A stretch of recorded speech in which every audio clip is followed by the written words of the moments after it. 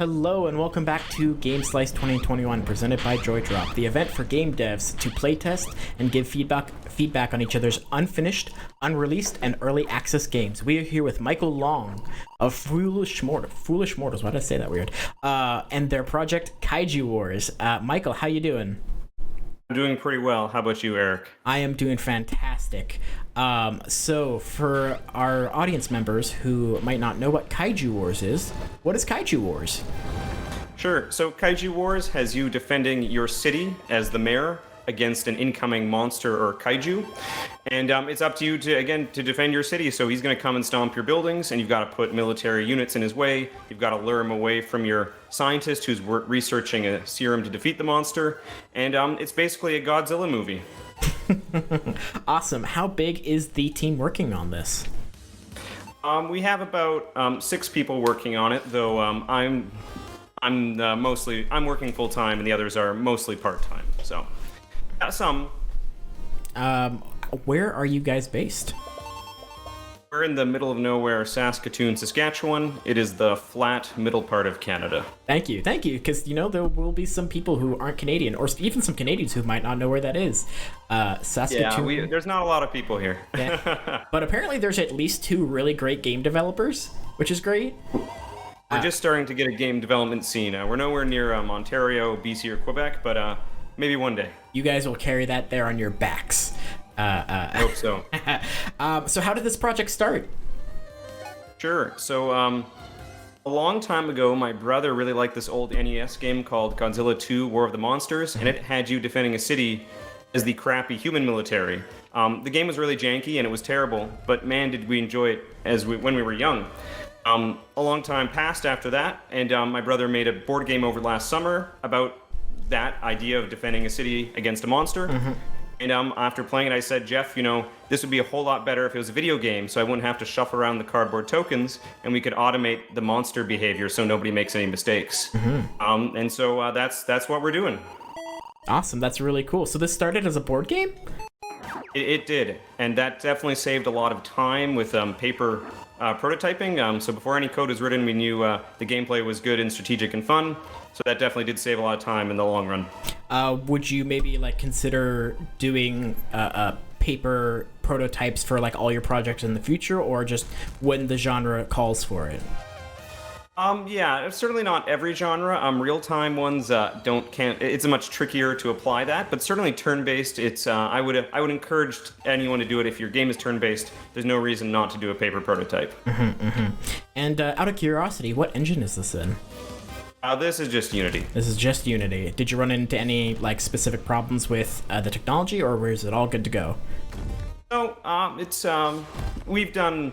Although we aren't experts in 2D, we've done big projects before in Unity, so it's not a problem. Awesome. Is there any particular kind of feedback that you're hoping to get out of not just Game Slice, but from everyone who tries this project? Sure. I guess the tutorial.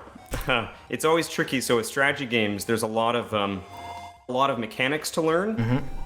And of course, we as the developers, we made the game, so we know how to play, so what's obvious to us isn't obvious to everybody else. Mm-hmm. And so that tutorial's got to be down really tight. Mm-hmm. Or else there'll be stumbling blocks that we simply didn't know that could happen. Mm-hmm. So yeah, just the more people that play the tutorial, the more chance do we get to remove these stumbling blocks that can happen.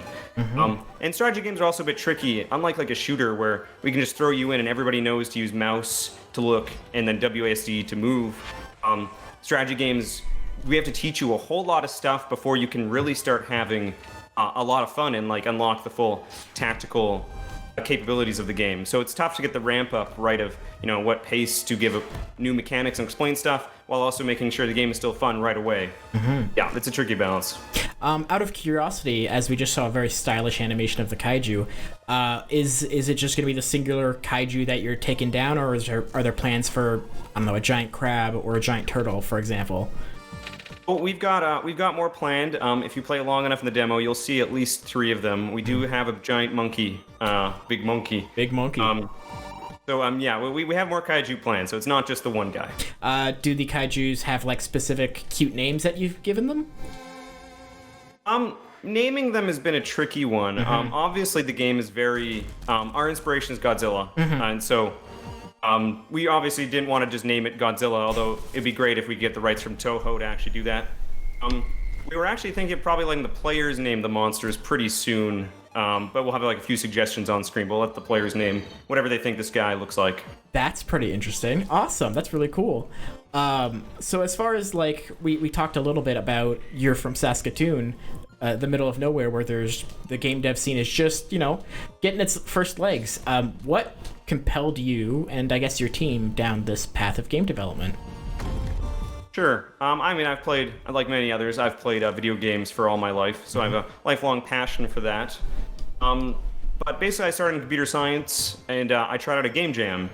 And I'm sure most of you know that game jam is where you make a game over a weekend or a week or something. And that just utterly hooked me. So then a few years later, after I'm done my master's degree, I decided to do it full time. And we did our first game, Radio General. It was a World War II RTS, all about Canada in the Second World War. It had hundreds of historical documents, voice commands. So we did that as our first project, and I'd worked on that during school part-time, and luckily that was successful. So now we can actually move on to being, full-time paid game developers, which is great. Awesome. That's really awesome to hear. Congratulations. Thank you. So what kind of brought you from, I guess we already talked about this, you had a paper prototype, so why not do turn-based? Has there been any challenges in transferring from the previous sort of genre of the last project to this? I guess while speaking from translating from paper prototype to digital, there are benefits for using like a board game in that like the player literally manages every mechanic. So it's not like the player, like obviously they can make mistakes, but for the board game to function, the player needs to mostly know the rules and like move every slider themselves, saying, oh yeah, this, when he smacks this building, I lose a security. Here I get science. Here's how much my unit costs. With video games, you can hide away and automate some of that, but then again, you also lose some of the instructional quality that the board game had. When you're the one moving the sliders, you understand why the slider is moving. When a video game does it, you're like, I don't know, why did my security go down? I'm not quite sure because the game just did it for me. You have to, kind of explain certain things that are happening automatically. So that's a bit of a challenge. And I guess the game was originally made, most board games are multiplayer, so like, 4 or 5 people playing. Obviously, we wanted to make it, playable single player, and that's our main focus. As indie developers, it's really hard to make a multiplayer game because you just don't have the audience. So we had to translate that into a single player game, and so that required some changes, but I think it's turned out pretty well. Yeah, 100%. How long, as far as, what you'd like most players to get out of it, how long do you think sort of completing the campaign, as it were, would you like to take? Well, the demo is probably about actually 3 hours, which is way too long. But the full game will probably be 15 or so hours. But we do also plan on having a map editor with Steam Workshop.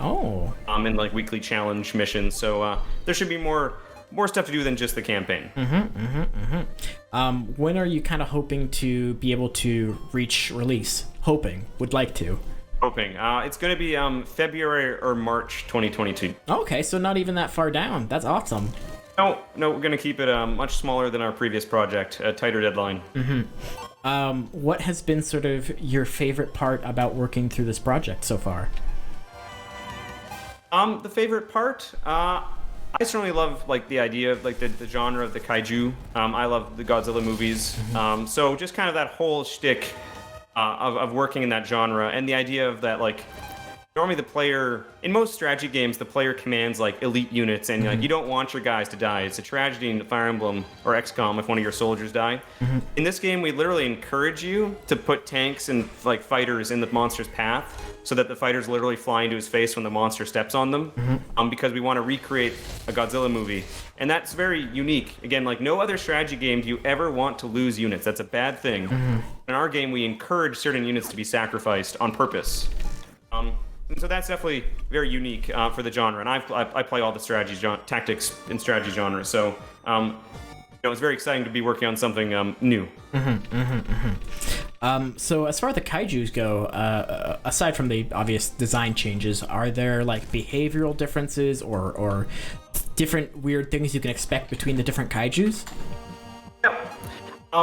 For behavior, they do all act the same way, and that's they move towards the nearest building. And that sounds very simple.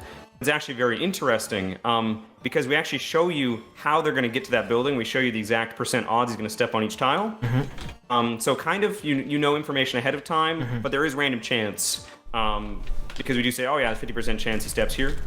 But knowing that he goes for the nearest building, you can actually build a sacrificial army base closer to him, and then he'll actually go that way, and you can like lure him around the map away from your important science laboratory where your scientist is. So you can, the building placement's actually arguably more important than the unit placement. That's very interesting. As for the kaiju themselves, what's different amongst them, they have different abilities, and each mission they'll have different abilities. And certain ones, there's a flying one that if you damage him enough, he'll have to land. There's a burrowing guy. There's one of them that, Monkey likes being in the jungle and can slide in and out. He's very tricksy. So they do have very different abilities, and they will feel very different fighting them.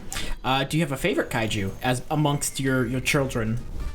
Yeah, it's got to be the monkey. Yeah, who doesn't like, basically King Kong? Basically King Kong. We're looking up to see, I think King Kong is actually in the public domain now. So, you can't use, the movie King Kong, but, the book King Kong, apparently that's fair game.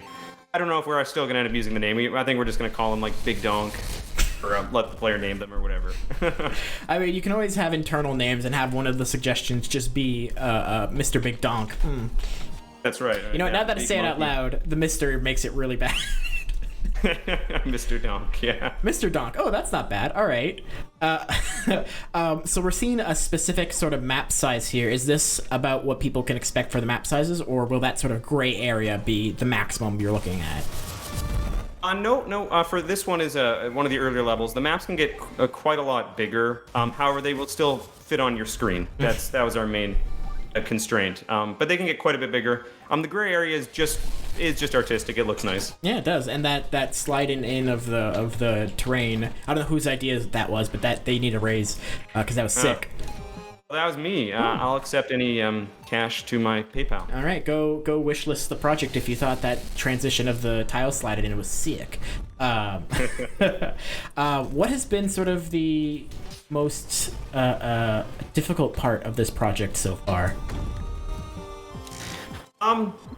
For me, I'm a programmer, and our team, we love the video games. It's always marketing. At least for indies, that's what everyone I've talked to. Marketing's really tough. It's tough to get eyes on your game. There's a lot of games coming out on Steam every day, so just getting anybody to notice or pay attention is really hard. Yeah, and if you don't have a marketing budget, really tough to get eyeballs on anything. So that's always the biggest challenge for us. Considering the fact that this is a kaiju project and you could do some kind of wacky, wild things, let's run through a scenario. Let's say you have infinite money and you could market Kaiju Wars. Could you think of anything off the top of your head that you'd love to do? Well, again, we would love to actually license, actually Godzilla from Toho. I'm sure if we had infinite money, we could come to an arrangement. So we'd love to do that. We were actually, a long, long time ago, I did consider, making the entire visuals of the game be having live-action cutscenes of, a guy in a rubber suit knocking over, cardboard boxes or whatever. Unfortunately, it turns out, filming live-action stuff is ludicrously expensive. And you need to spend a lot of money before you can get any graphics or into the game. So it was too big a risk and too much money. So it'd be awesome to make a game full live action cutscenes or on a green screen and rotoscope it in or something. Yeah, that'd be pretty sweet. I mean, how big are the different rooms in your place? You just need a rubber suit at that point, and then just need a rubber suit. Yeah, I guess so. Man, a rubber suit would be really uncomfortable. I wonder how they survived that back in the day. I don't know. And new I don't know, theme park mascots have air conditioning in them, but I don't know if the old ones did. Probably not. So for as far as long-term goals, when it comes to Kaiju Wars, what are you hoping to sort of accomplish across the whole thing? Again, we're going to be releasing in February. If the game sells well enough, we've got tons and tons of, more expansion ideas. There's Monster of the Week. You can have just hundreds of those. Probably ideally would be if this game was successful enough, we could actually launch a Kickstarter of the board game that inspired it. And I think that would be really cool to bring it around full circle. So yeah, I guess that would be the goal. Actually get the board game out there. Because the board game market's really tough. Yeah, 100%. Arguably even tougher than the indie video game market. So you have 2 games, is it, under your belt? That's right. Yeah. So our first major game was Radio General, and this will be our second major game. We've done some smaller stuff before that. But nothing too noteworthy. All right. Well, you have two major games under your belt. Let's say we have a young indie developer, an indie developer who has some smaller stuff under their belt right now, and they're looking to strike out on their first big project. What advice would you give to them? Sure. I guess it would depend. Depends if they want to make it a career or if it's like as a hobby. Always as a hobby, do whatever idea you want. But if it's a career, you need to be very careful picking the scope and type of game you tackle. We've always loved like RTS, the strategy games and stuff like StarCraft, Warcraft. But for a small developer, a game of that scale, you just can't do. So you have to be very careful of what you pick. The reason we actually did do Radio General, it is a real-time strategy game, but I literally hide everything from the player. There's this fog of war. You're just a guy sitting in a tent, and you're just radioing commands to your dudes, and you don't actually see any of your guys. There's like almost no animation or art in the game, and that's the only reason we could actually finish a game of that scope is because we said, you know what, we're just not going to show anybody anything. We're just going to hide everything. You have to be very, very careful picking the scope of your game if you ever actually want to finish. Did you have any projects beforehand that ended up being overscoped and you having to shut down because of that? No, luckily, no. We kept our scopes pretty thin. Though of course with Radio General, there was many more features we wanted to do, but just simply we didn't have the time or the resources to do it. So I guess another piece of advice would be set a deadline, because without a deadline, it always feels like you can keep making your game better and better, but at the end of the day, at some point you gotta say, stop. This is enough. I've done enough. The game is good enough. So you have to set a deadline, or else you'll never finish. Were there any like highly significant features you either had to cut out of this game or your last one because of the deadline? So for this one, for Kaiju Wars, we did want to kind of make it like a roguelike, because those are all the craze, where you have the one city and like the monster keeps attacking and you kind of try to last as long as you can. But after playing, fiddling around the mechanics, and we kind of thought, we can't. It doesn't quite fit with the way roguelikes, with what we wanted to do for roguelikes. So we did have to drop that idea, and we did originally want to have online multiplayer for it. There's like 4 or 5 cities all working together, and there's different monsters attacking each of them. But no, it's too complicated. Online multiplayer is too hard, so we're not doing that this time around. All right, save it for the sequel. Save it for the sequel. That's right. That's right. You can always put things in the sequel. Are there any lessons, not necessarily just with Kaiju Wars, but if you have anything for Kaiju Wars, that'd be amazing. Are there any lessons you wish you'd learned sooner? Yeah, so probably it's the marketing thing is you need to start on marketing as soon as possible. So like most game developers, I imagine, we just want to program and make the game, work on the gameplay. It turns out marketing is actually half the battle. So you need to have a plan, and you need to have someone who actually likes doing it. That's a big thing. So you need to start as early as possible. We're kind of starting now on the marketing, which still might be too late. We'll see, but hopefully not. Yeah, I guess that'd be the big one. That'd be the big one. Marketing. It's very, very tough, and we're glad to help you out with that. Oh, perfect. We can use all the help we can get. There we go. All right, everyone, go wishlist Kaiju Wars right now by Foolish Mortals. Actually, while I have you here, I'm kind of curious. Where did the name Foolish Mortals come from? I think it was just the name we picked for a Game Jam team name. We were very new, so we didn't know what we were doing. So yeah, it still feels apt. So it's a good name. All right. Well, we're getting close to our time here. Where can people find Foolish Mortals and Kaiju Wars on social media? You can find Kaiju Wars on Steam. Just type in Kaiju Wars or find the link in the Game Slice Discord. And that's it. You should play the demo right now. It's pretty long. Finish this interview first, then go play the demo. All right. As we get close to wrapping up here, do you have any final statements you'd like to make to your audience out here? I guess thanks for having us. It's been great, Game Slice. Again, seeing so many Canadian studios out here is definitely great, and it's very cool to see all these games coming out and trying out their demos. Another exciting thing, I guess, is coming up is the Steam Next Festival, I think October 1st. Demo, of course, will be there, and I suggest that all these other guys try to put their demos up there as well. There you go. If you're listening right now, try that as well. All right, so we are going to be moving on from here. Up next at 5 p.m. ET, we have 5 shipping lessons for indie devs with Christian Allen. So stay tuned for that. And Michael, thank you so much. Thanks for having me, Eric.